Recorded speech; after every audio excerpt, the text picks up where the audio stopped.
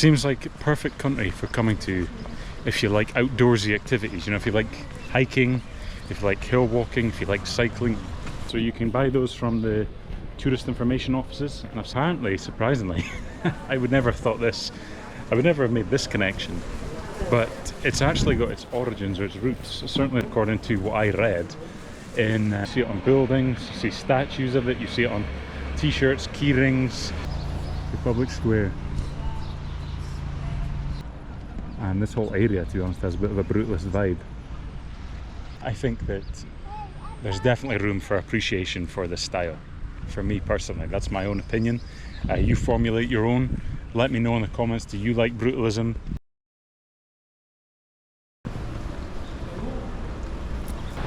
That's quite a cool building. Very colourful. We've come back to the Old Town area. We're just approaching Franz Prešeren statue again, and we're going to continue exploring the Old Town area, and then maybe we're going to continue over to Republic Square, and then from there follow it up towards, there's a beautiful park that I've seen on Google and I've heard a lot of the locals talking about it, called Tivoli Park. I think there might even be a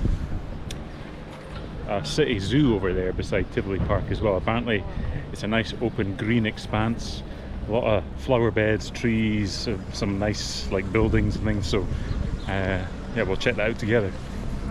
Just noticed as well that that network provider for the SIM card that I got in Serbia and Belgrade, A1, they actually have an office here in Slovenia, just over there. I don't know if you can see it or not, but I just wonder if A1 is maybe like a regional provider for mobile network. I'm not sure. I'd never heard of them before I went to Belgrade, so who knows, maybe my A1 SIM card would have worked here in Slovenia as well. But no, just look at this. This is the first time I think that we're seeing this in completely dry conditions, so let's appreciate this in dry when it's not glistening with rainwater.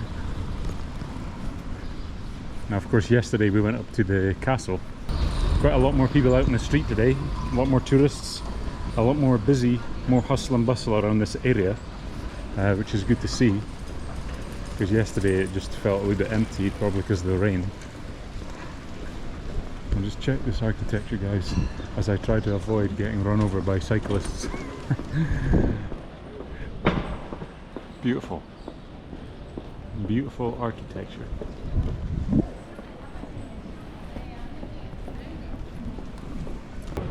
I read a wee bit about the significance of the Ljubljana dragon, and apparently, surprisingly, I would never have thought this, I would never have made this connection, but it's actually got its origins or its roots, certainly according to what I read in the Jason and the Argonaut's tale. So once they stole the Golden Fleece, they came to the Danube River, and then they came up to the river that flows through Ljubljana, where they were met with like a big green dragon, or a big like green monster slash serpent thing. And apparently that's where the Ljubljana dragon can trace its roots to, which is quite interesting, isn't it? It's quite cool. Quite a cool symbol for the city to have. As I say, you see that dragon everywhere. You see it on buildings, you see statues of it, you see it on t-shirts, key rings, fridge magnets. I even seen they have their own dragon like craft beer and ale as well, and that has the Ljubljana dragon on it as its symbol, which is quite cool.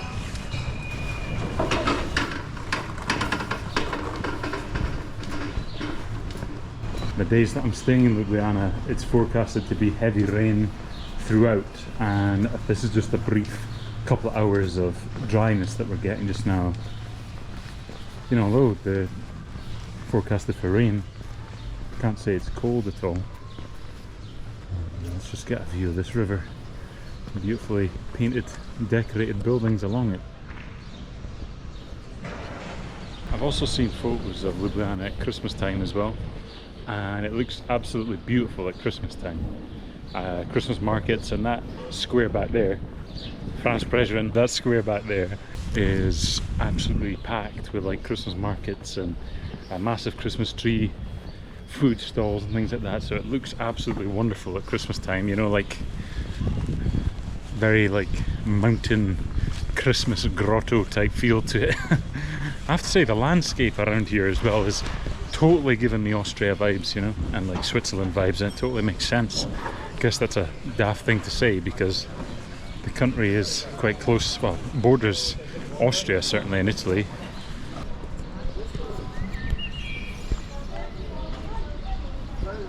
Wonderful.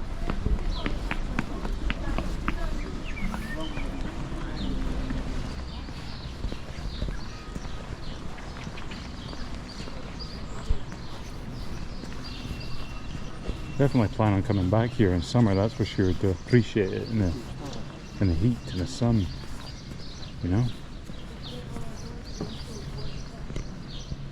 You know, when you've got a bit of heat and a bit of sun, that way you can actually go and do, and it's not heavy rain, you can actually go and do some excursions as well, some day trips, you know, up to like Lake Bled, up to a place, Kranj, Maribor, Koper, all these different places around Slovenia that look fascinating and interesting and cool, amazing to see, but obviously makes it a lot difficult if it's a heavy rain, and they're expecting, you know, I saw in the weather as well, they're expecting thunderstorms, or it's forecasted for thunderstorms over the next few days, and that might cause like travel disruption.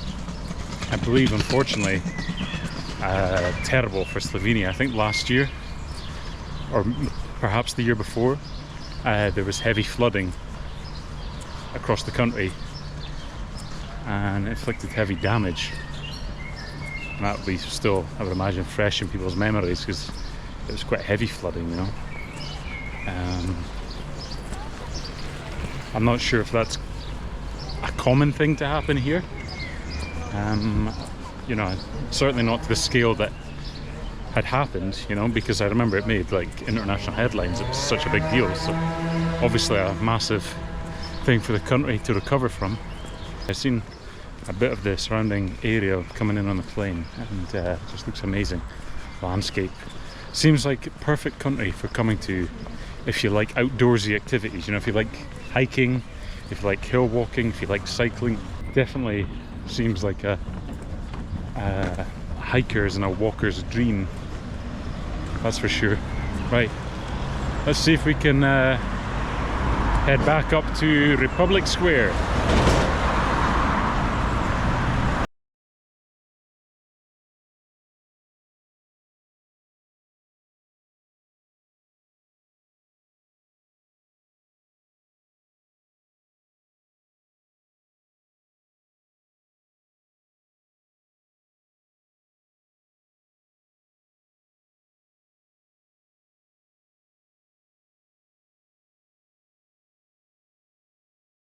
You know, yesterday in the rain, after I stopped recording, I went to the Ljubljana City Museum, and that was fascinating to learn a wee bit more about the city's history from ancient times when the Romans were here, right up to the 1800s, 1900s, and then during the Second World War, Ljubljana and Slovenia were invaded and occupied by the Axis forces, Italians and Germans, I believe. And Ljubljana wasn't liberated up until May 1945, so throughout the entire duration of the Second World War, the city was under occupation, and there was a massive perimeter barbed wire fence around the city erected. I think that might have been erected by the Italian forces, but certainly from what I read in that museum, that the Italians and the Germans held a brutal occupation of the city here and were very harsh towards the local Slovene population.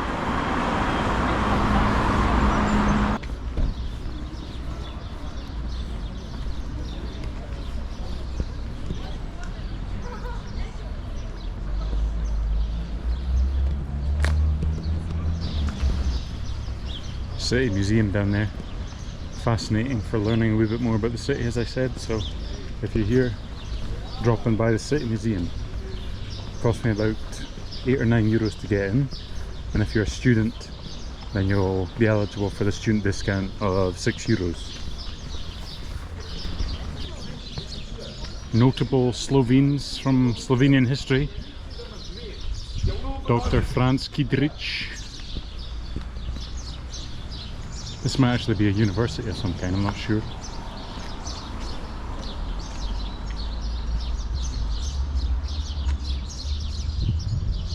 Yeah, that might be a university in there. It looks like we have famous Slovenian professors and doctors. You can also buy a city card. You know, a lot of cities around Europe that I've encountered, you can buy like a tourist card, like a one-off payment, like 40-50 euros, maybe not even as expensive as that, where you can actually get into all these main cultural sites, museums and things like that, just by showing this card, and it's a one-off payment. I've done that in a few cities I've been to, and you might want to consider doing it here. I think this might be a school of music or something like that, because I'm hearing I'm actually hearing some beautiful music coming from in here. Someone's playing an instrument, singing.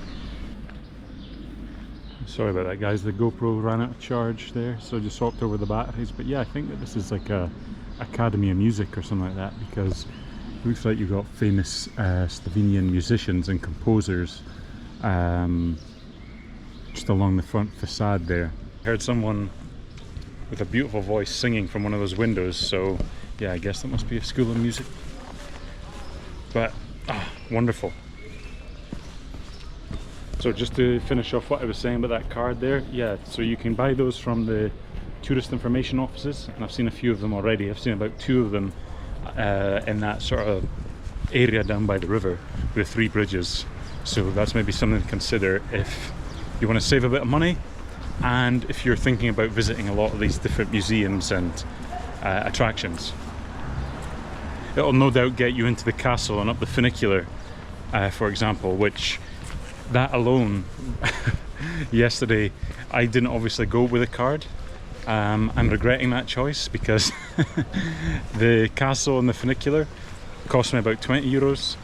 That museum yesterday, the city museum, cost me about €9. So already you can see these prices are adding up. So if you want to get the most bang for your buck, then consider getting one of those cards.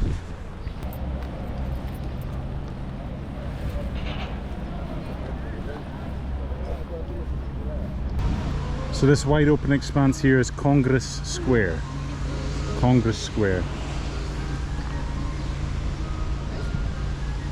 Very nice to sit out in the sun, take in the atmosphere, and people watch. I hear music coming from that building as well. So maybe there's a lot of music academies and universities here I wasn't aware of, but it's lovely hearing that piano and violin and double bass as you're walking through the streets here. It certainly adds to the atmosphere. So the next street up, or the next square up rather, is Republic Square. Here we go. Republic Square.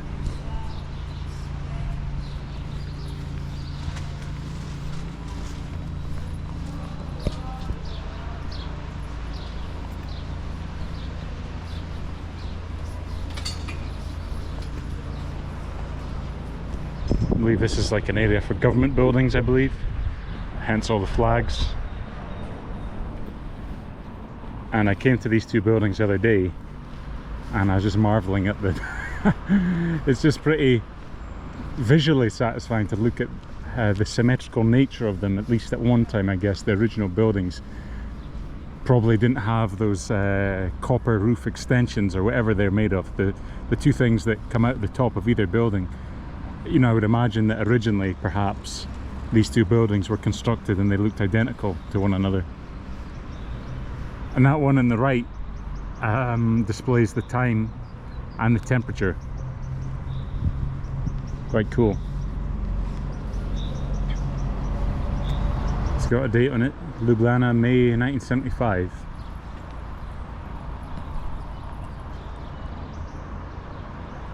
would have been when Slovenia was still part of Yugoslavia. So it's a monument to the Slovenian people who lost their lives during the Second World War.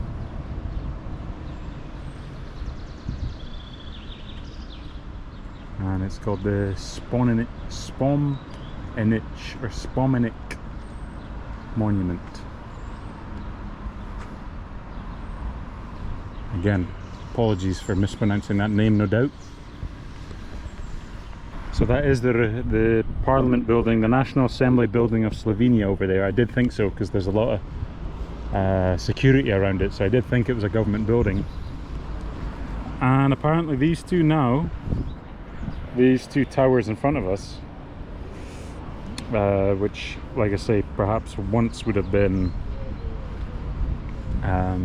identical in nature in terms of their construction. According to Google, the one on the right, I believe it is the Agency for Cooperation of Energy Regulators, and I guess the one on the left is also an office building of some kind. But still, like, impressive structures of the brutalist nature, you know. I actually had seen these buildings on forums dedicated to like brutalist architecture in the Balkans, and these two were listed as two notable buildings and structures in Slovenia. And this whole area, to be honest, has a bit of a brutalist vibe. I guess at the time they were constructed, brutalism being quite a popular architectural style, quite cost effective to build. I think that there's definitely room for appreciation for this style. For me personally, that's my own opinion. You formulate your own. Let me know in the comments, do you like brutalism? Do you think it's disgusting? Do you think they're a blight on the landscape? Do you think that they should all be bulldozed? Now, I'm not going to film it directly or make it seem like I'm filming it, but just off to the left, you'll have to take my word for it. I might turn the camera on myself and you might see it in the distance just off to my left shoulder. There we go. Yeah, see that building just to my left? The US Embassy here in Ljubljana, and I have to say that is one of the nicest embassies I've seen. So the National Gallery building, Baroque.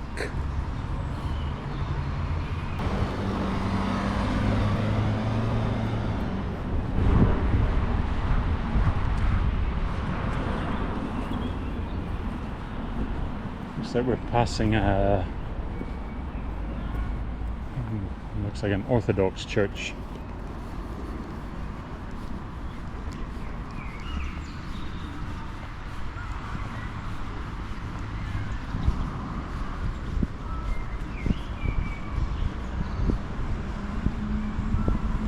I've been trying to understand the consistency in architecture in different places of worship as I've been, going on my travels here, and I might be wrong, but I think some of the Eastern Orthodox churches that I've seen have taken that shape. So, but please, absolutely correct me if I'm wrong. Please let me know.